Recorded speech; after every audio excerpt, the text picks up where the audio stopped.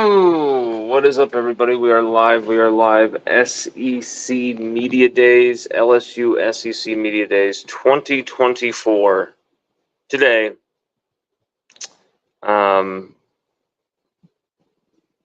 yeah, we should be there. We apologize for not being there, but we, in not being there, have been able to cover everything that has been going on there, and so we will be able to tell you, the faithful, trusty LSU Tigers fan, what is going on.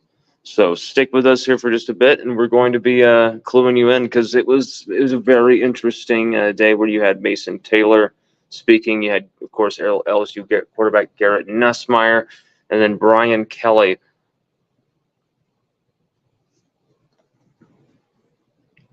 They're in Dallas, which is kind of interesting. The day after a president is nearly assassinated, there's an SEC Media Days in Dallas. I don't know if that hits anybody like it did me, but it's kind of like, it's kind of strange. Weird times we're in. Weird times we're in. But we woke up this morning, and there was instantly just LSU, LSU, LSU, LSU. It felt like college football season really began this weekend. With our Friday show, we tried to really be as energetic and as pumped up and as into this thing as possible. Saturday's show was 100 billion times better than the Friday show. Saturday's show was awesome, and thank you guys, because there was a lot of you who were watching that show. I think it was either first or second. I think it was second all time for views for a live show. That was incredible. We really appreciate you guys for checking that out. And we just felt like it just feels like college football season is beginning. And when SEC Media Days begins, that's when you know it's on. It's on. And Brian Kelly went to the podium. And, of course, as you know, Brian Kelly brought Garrett Nussmeier, Harold Perkins, and Mason Taylor with him. Is there a snub there with Will Campbell? Is there a snub there with Will Campbell? Some people are like, there's a snub with Josh Williams. And I'm like, well, Josh Williams he's already been to SEC Media Days. He was selected last year. Will Campbell, yeah, he wasn't selected last year. So, you know.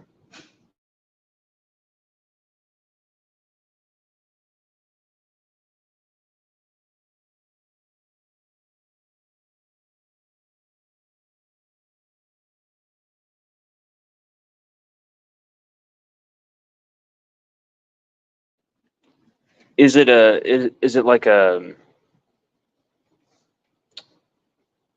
slap in the face snub? No, I don't think so. I think it's Mason Taylor was, you obviously got to take Garrett Nussmeier. You're going to take Garrett Nussmeier, of course. Harold Perkins, superstar defender. You want the defense to be represented. You want the defense to be the narrative this year of we're going to be resurgent on defense. You had to bring a defender, so you bring him. Mason Taylor, I think his choice, like Brian Kelly said, and I would have suggested this anyway, but just because I know Brian Kelly and they really love Mason Taylor. But it was totally, Brian Kelly said, sometimes when you're surrounded by 3 first-round picks, it's hard to get the notoriety. And Mason Taylor, he had a lot of love with the Alabama game, catching that touchdown, and then the 2-point conversion that won the game. Has had some big games here and there for LSU. Last year was more quieter of a year because you had the 2 best receivers, in my opinion, in college football, with the leading touchdown man, Brian Thomas Jr., and LSU's all-time leading receiver in program history with Malik Neighbors going off and being the leading receiver in college football as far as yards. And Also, all-time leader in receptions for LSU as well, Malik Neighbors. So you had these guys catching the ball. You had Jaden Daniels running as well as throwing the ball to them. So there was a lot of snaps that were going to those three guys, really. And Mason Taylor still produced, still was fantastic, battled through some injuries as well. We saw that he was an Iron Man and was able to kind of grind, and we saw him in some blocking scenarios more than we did in 2022. And he was fantastic. And I think Brian Kelly wants to emphasize that by, hey, that guy's a superstar for us. That guy's a superstar for us.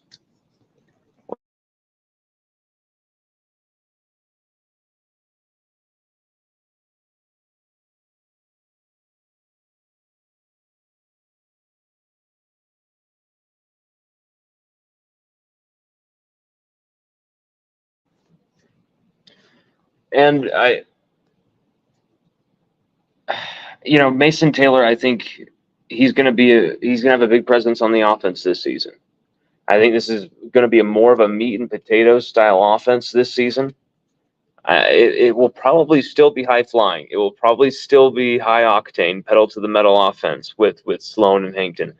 But I also expect, as Brian Kelly alluded to, more of a complementary offense that helps the defense out, helps the special teams out by, hey, we need to run some clock here. We need to chew some clock. We have a tired defense. We're able to go behind that offensive line and just run the football.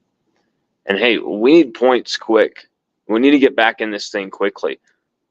Total air raid, death by 1,000 cuts, West Coast type offense, quick release in the flats from Garrett Nussmeier, or he's looking deep for guys like Chris Hilton. So it's just very interesting, this offense, in my opinion, that there's so much possibility there, and that's something Brian Kelly also highlighted. So Brian Kelly gets up there for now his third SEC media days. There's no more trolling from Greg Sankey.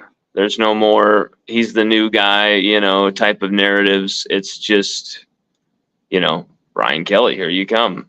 And he goes up there and he really starts in saying, hey, this is the deepest team I've ever had at LSU. This is the deepest team I've ever had and the most accountable team I've ever had. And, of course, talks about how he does have that penchant for year 3 success at Notre Dame, at Cincinnati, Grand Valley even. And so LSU, why not? Year 1, you go to an SEC title game.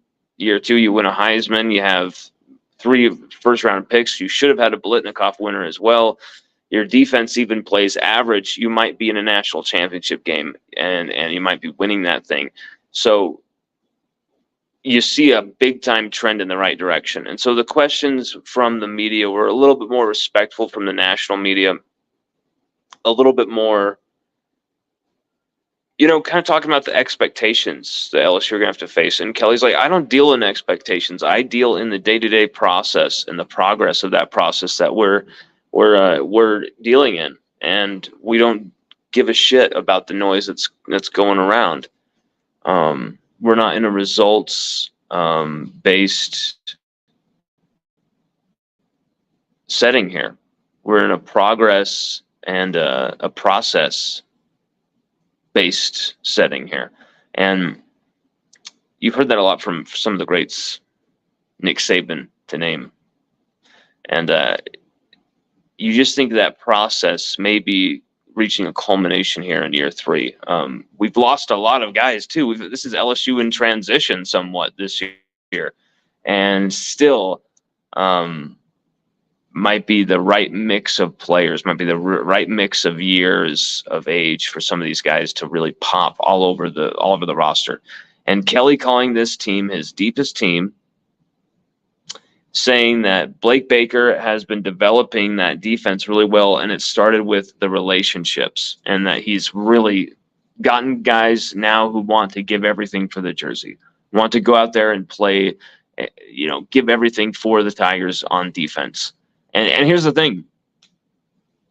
if you're expecting to hear, oh, he's developing all these guys into 5-star, superstar, Pro Bowlers, but like they're gonna be Sunday players. Like, okay, some of these guys are definitely gonna be Sunday players on our defense for sure. A lot of those guys are probably gonna be Sunday players.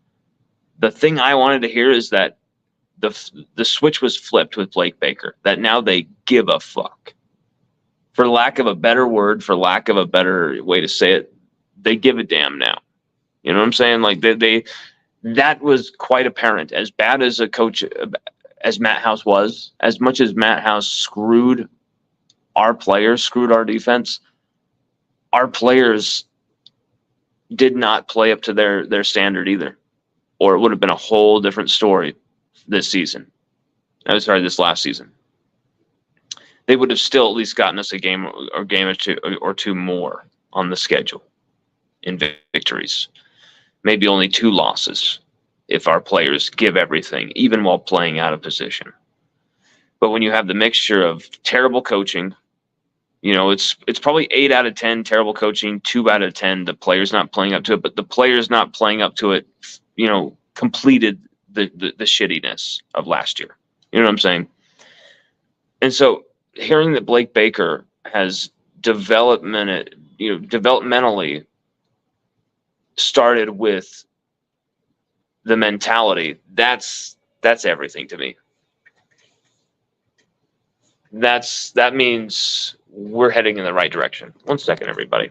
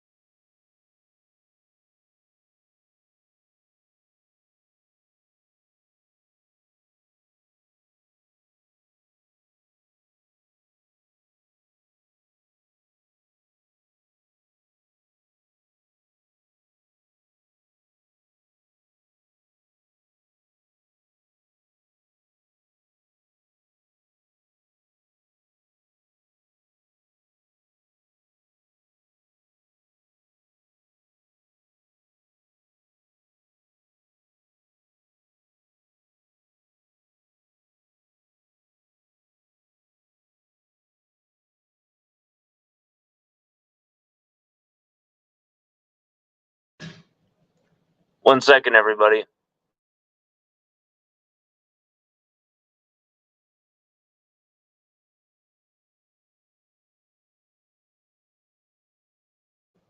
We will resume in about 35 seconds to 1 minute. My apologies. Tristan Sanchez, my guy. Just 1 second, brother.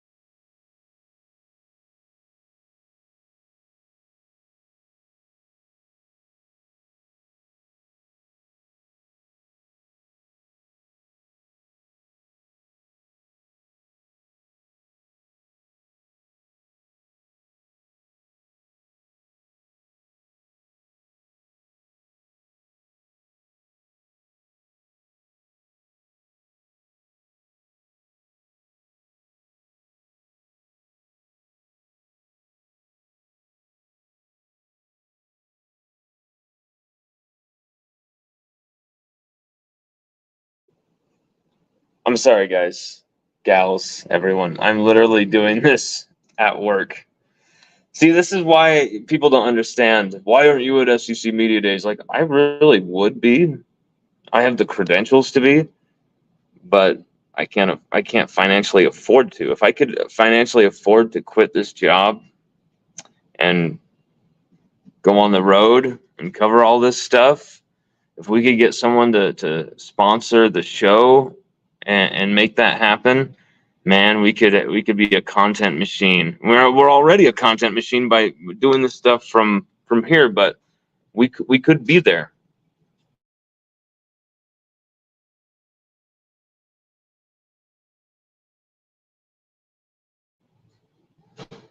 Tristan, my man, one second, because you said something that leads us right into what we were about to discuss with Brian Kelly. He goes up there and says, he said this was our deepest team, right?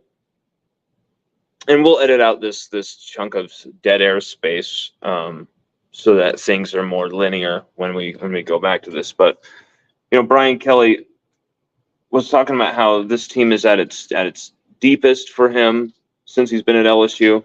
This is the deepest team, most accountable team. And going right along with that, we're also talking about the offensive options and Mason Taylor being a have a more emphasized role. There's also 6 to 8 wide receiver contributors, according to Brian Kelly. 6 to 8. And that is exactly the kind of rhetoric you have heard on LSUODYSSEY.com this entire offseason, is it not?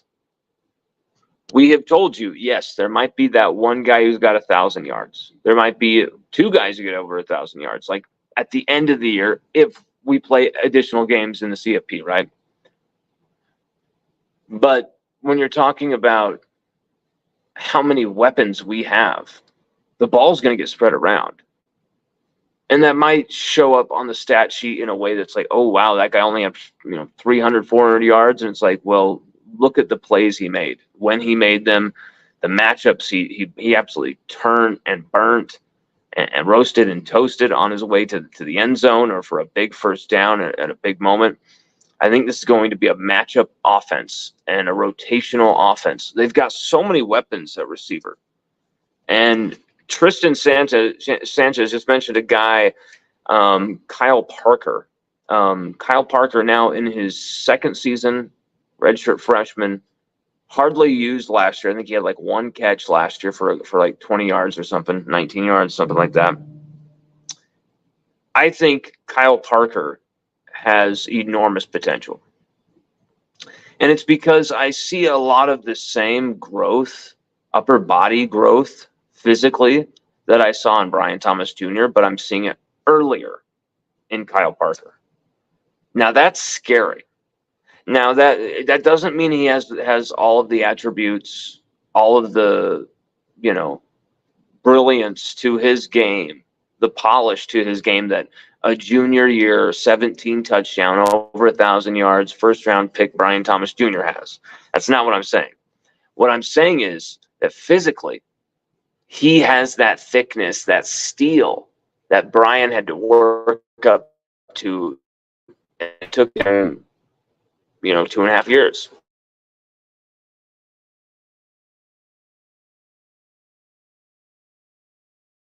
That's mostly due to his height and some of his, his body stature, his physical makeup, more than anything.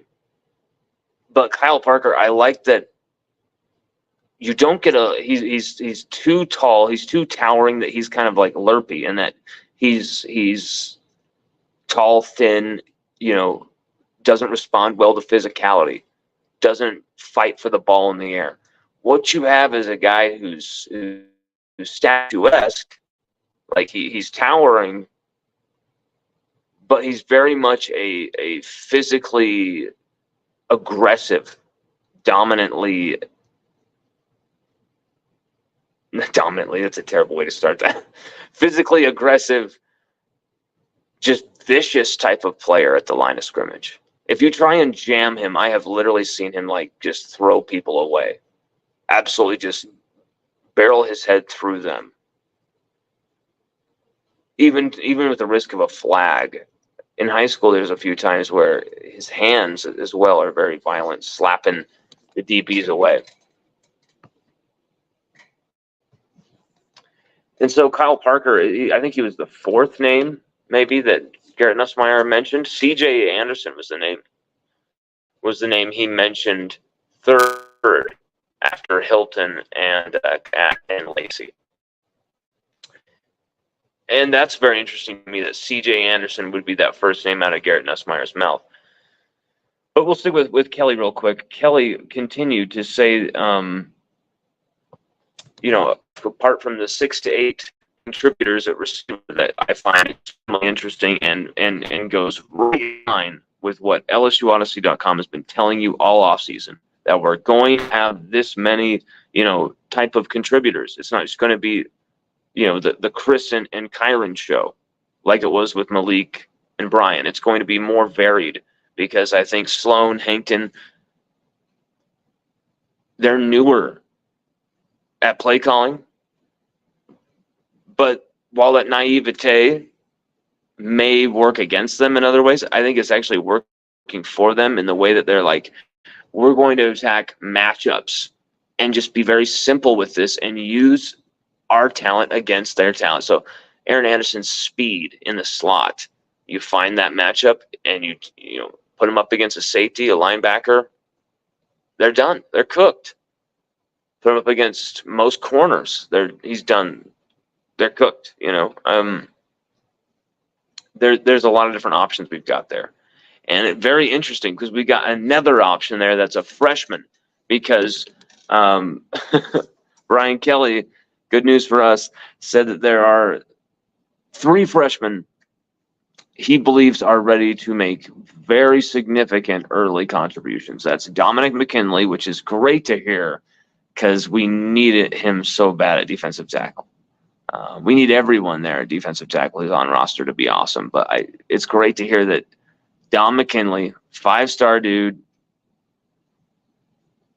you hear that he's actually starting to deliver through at least summer workouts and just how he's taking to the team, taking to the program, assimilating, and that's good news already. You know what he's going to do in pads and with a helmet on, and so we're seeing the pieces come together for maybe a special first year for Dom McKinley, and then Gabe Relaford, who we already knew was going to be great.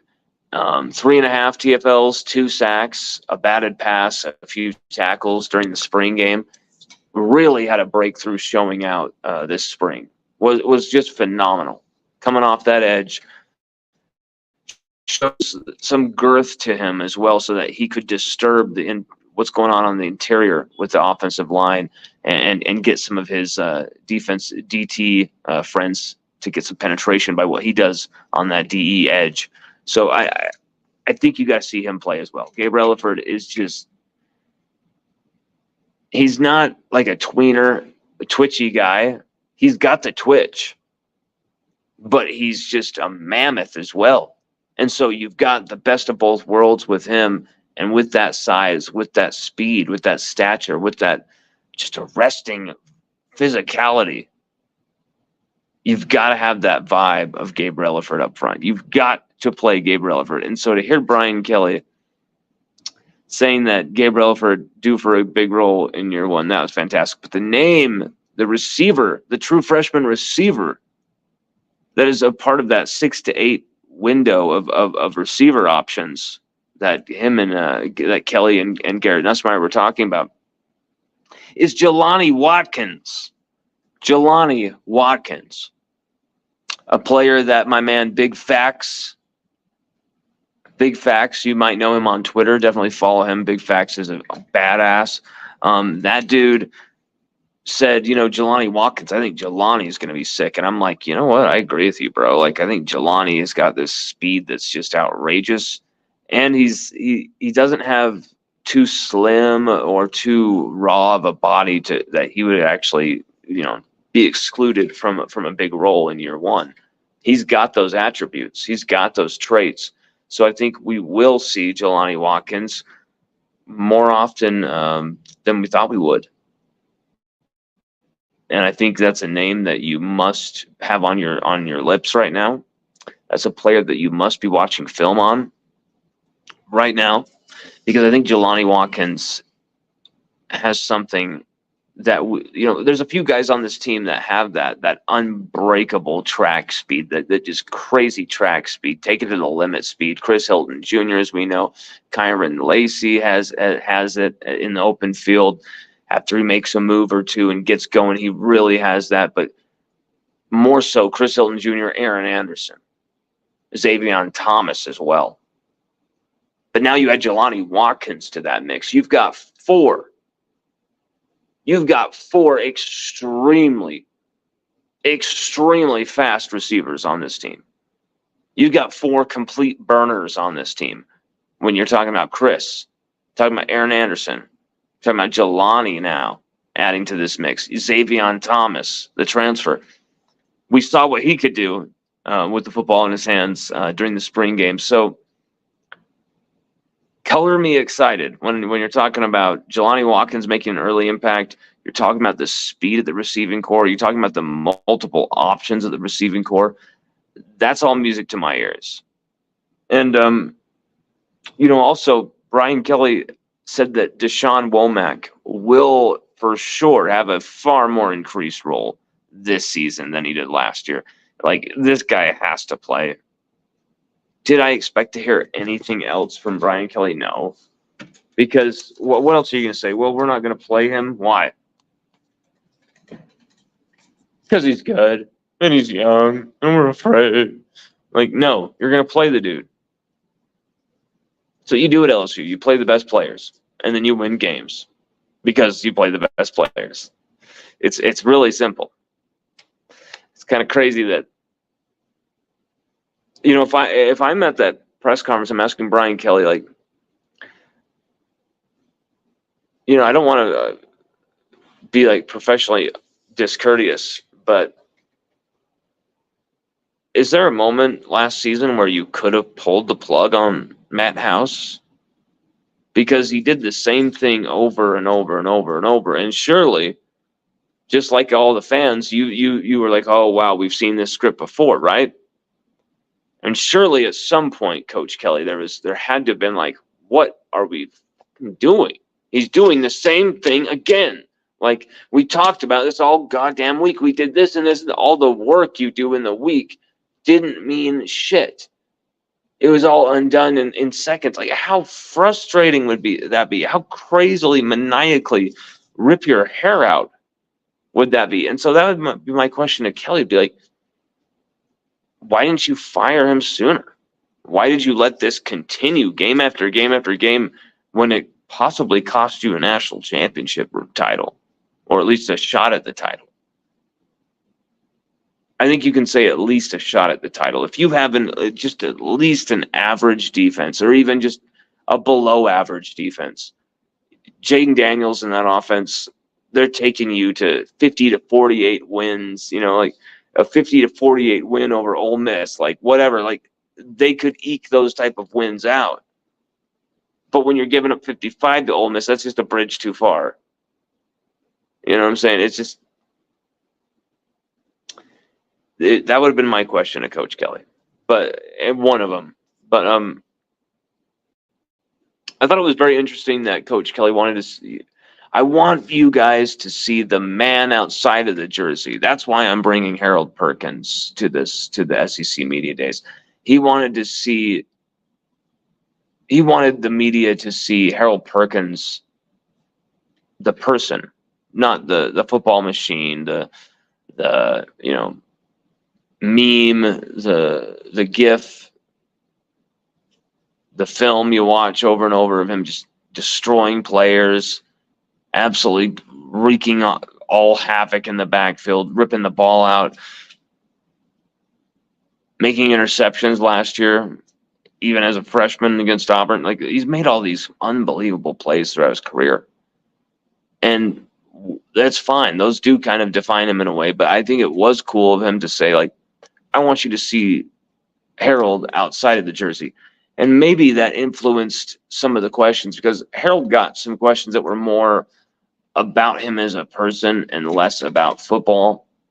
Of course, there were the questions about you're playing linebacker, playing inside linebacker. How are you going to adjust to inside? And he was just like, you're not going to get away from me on the inside. You can't run away from me on the inside. I'm going to catch you on the inside. Like, he literally said that. I'm going to catch you on the inside. Like, you can't run away from me on the inside. And so I think a lot of people have some misplaced fear about him playing inside linebacker. I get why you do. I understand. But he's now bulked up to at least 220 pounds. I think he's still got to bulk up more. But he's bulked up now to the point that he's got to, at least with that speed and the agility he has as an athlete, be able to get off the blocks, be able to get out of the wash, to shed, and to make sideline to sideline. If you go watch the Florida State game, that did not happen when he's playing on the inside. And look at the reasons why that doesn't happen. Don't look at just, he played on the inside, it doesn't work. Look at why that happens. And you'll have some obvious reasons of, okay, this could work. First of all, bulk up, physically has to bulk up, or he's just not going to be able to do it. Two, he's done that now. Two, you've seen the rise of Greg Penn III turning into a way better linebacker. I mean, making those one-handed picks, making plays that changed games against A&M, against Auburn. Just unbelievable season last year for Penn III. Although he had some worrisome moments in coverage, allowed, I think, 3 touchdowns in coverage. Whit Weeks, is also there. So you've got an incredible crew of linebackers. West Weeks is someone that Blake Baker wanted to make sure everyone was like, hey, this guy has been just as damn good as his brother coming out of nowhere. Through spring, he was just as good as Witt, according to Blake Baker. And I think that might be coach speak, but that's, from what I saw, the limited view I had in comparison to Blake Baker, I would say that Weeks was far more improved, far more dialed in, far more energetic this spring than I have ever seen him at LSU. And he was already, a good enough player. So he's taken that next step as well. That's just another sharpened tool in the toolbox for LSU, for LSU's defense, that has to cross that Rubicon this year. So, you've heard some good things. And Harold Perkins, playing inside linebacker, I got to trust that Blake Baker won't ruin Harold Perkins last season. This is the guy who basically recruited Harold to LSU. He did all the dirty work that Matt House came in and was able to take credit for at the last second. It was really Blake Baker who got him to recruit, to commit to LSU. All of his hard work throughout 2021. That really was the reason. And so Blake Baker's had a vision of what to do with Harold Perkins for a long time. And I think we're going to see that come to fruition. And I think it's going to come to fruition in the most beautiful way. Because I think you're going to structure a defense around him, right? Not just have him be a feature of your defense, but actually structuring the defense around Harold Perkins. I think we've got the personnel to do that. I think across the board, these guys have improved and are hungry enough to make that happen. And I just think when you've got a different mentality of a coach like Matt House compared to Blake Baker, worlds apart, when you've hit that button, you flip that switch, everybody's now like, we're in. And that can happen in an instant, in a second, it can change. I feel that energy. I feel that vibe from our players. When I talk to them about Blake Baker, it's been rave reviews.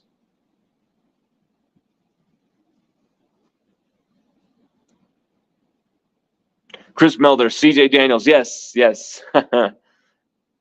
not CJ Anderson. Oh, shit. I called him CJ Anderson on the Saturday show, too, then. Because I was like, what? There's two Andersons? That's not right. My brain doesn't remember there being two Andersons on offense. Like, what the hell? And I'm like, CJ Anderson. CJ Daniels. CJ Daniels. CJ, we are so sorry if you're watching this.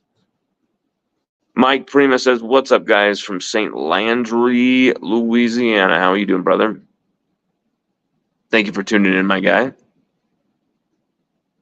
We're definitely, Mike, definitely go and watch the Saturday show if you didn't. The Saturday show was a deep dive into the defense, some film study. You got Blake Baker dissected.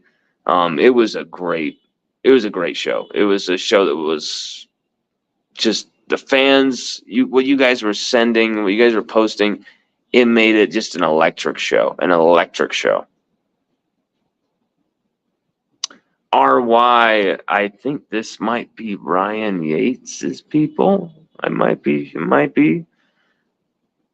I think it might be Ryan Yates Sr. or Ryan Yates himself. I can't remember which. They say fall camp will show us the defense, and if they kept the correct players. I think the offense will have their issues. The biggest problem is still this defense. Yes, I think unbeknownst to our fans who think our offense is just gonna score 50 points a game, and literally a lot of our media members are, I have no problem with our offense. I have no worries about our offense. I don't even think about our offense. I think you should. The offensive line is going to be dialed in. We've got a good core of running backs. We've got unbelievable, a plethora, littered with receiving talent. The best tight ends room in program history, arguably the best O-line collection of talent in program history, and a quarterback who is more than fit to replace a Heisman winner, a guy with 20 appearances already, almost threw for 300 yards in an SEC title game, threw for multiple touchdowns in that game, threw for nearly 400 yards in his first start, 3 touchdowns as well in that game, hardly a mistake, coming back from double-digit comebacks twice in that game. You have everything on paper that you could dream of, right? At the same time, people are right. We've lost proven production with Malik Neighbors and Brian Thomas Jr. Proven production. So what we're going to do is have to find out who's ready to prove this year. And I'm telling you, out of those 6 and 8 guys, if a couple of them aren't going to deliver, we cannot we cannot wait to lose to USC to find out which guy is going to be, delivering. If you're not going to deliver, you're off the field. That's the way this offense is going to be run because there's simply so many guys. And the defense better follow suit.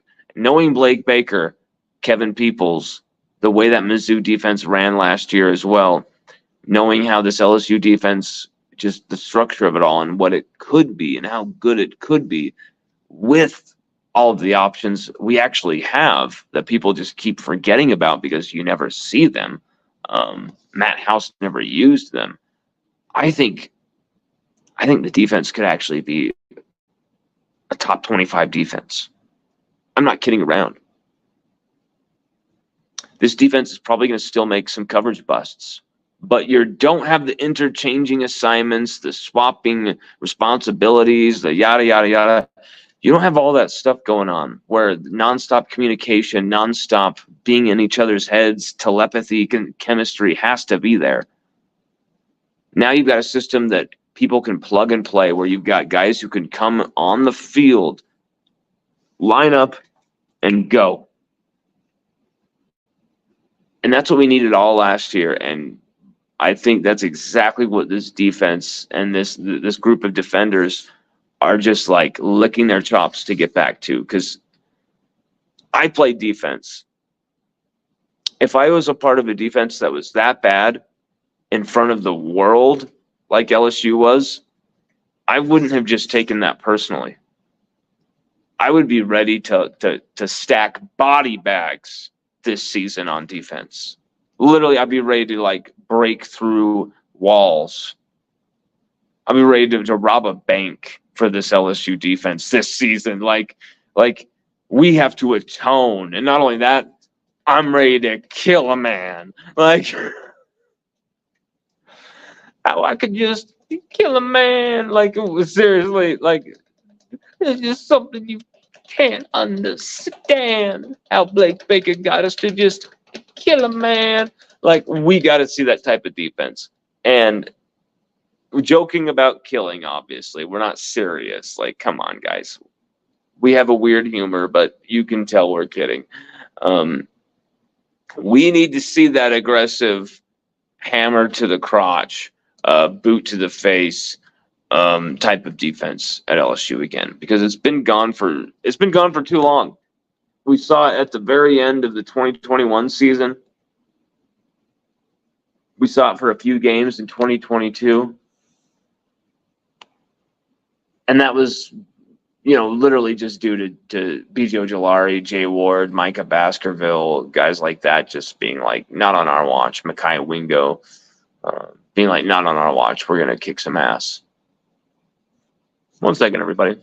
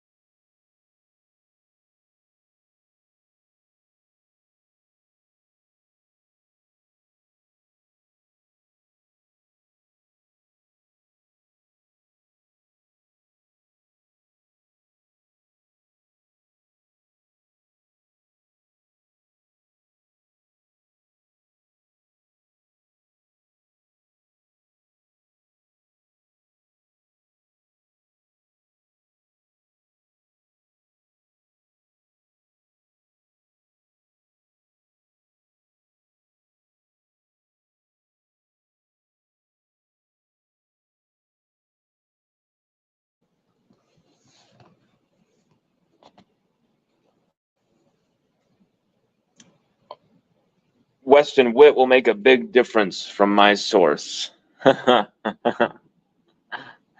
Well, I think we know who your source is.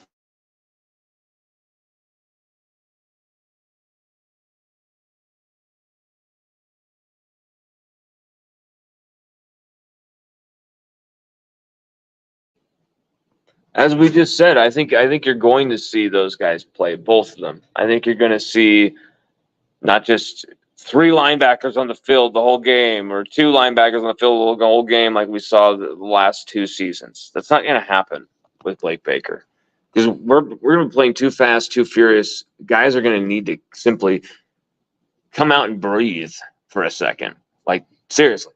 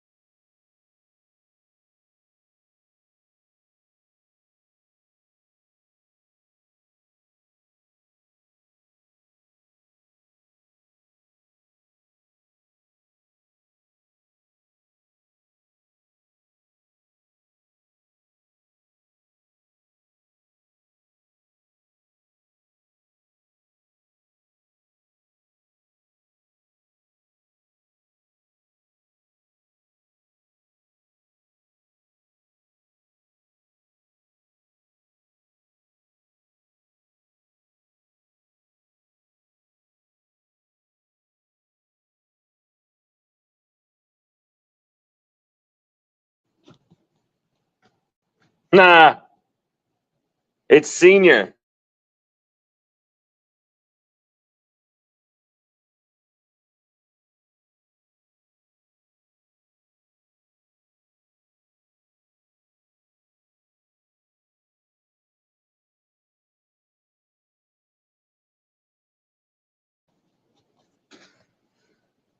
And LSU still loves you, my man. Like, I wish Ryan would have stayed, but I get why he left. I get it. But I think it's absolutely sick that you guys still check in with us. That's crazy. That's crazy. And that's the thing is Ryan's father can attest to this. There are many players of LSU's who've transferred since I've been covering the team. And for the most part, if they want us to still be in contact with them, we still are in contact with them. And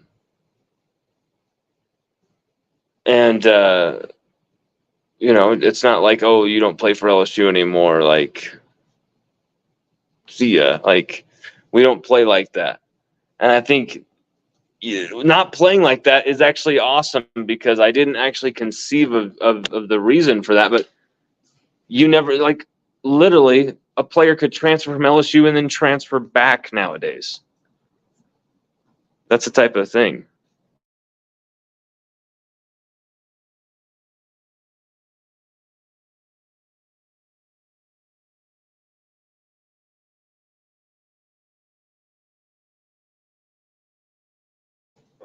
Reported for promoting violence.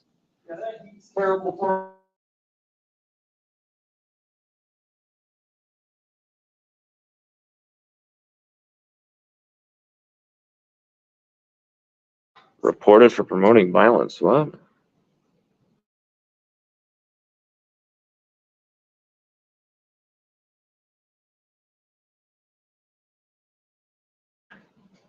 Is it literally saying what I was saying about the offensive line or defenses, or about the defense was promoting violence?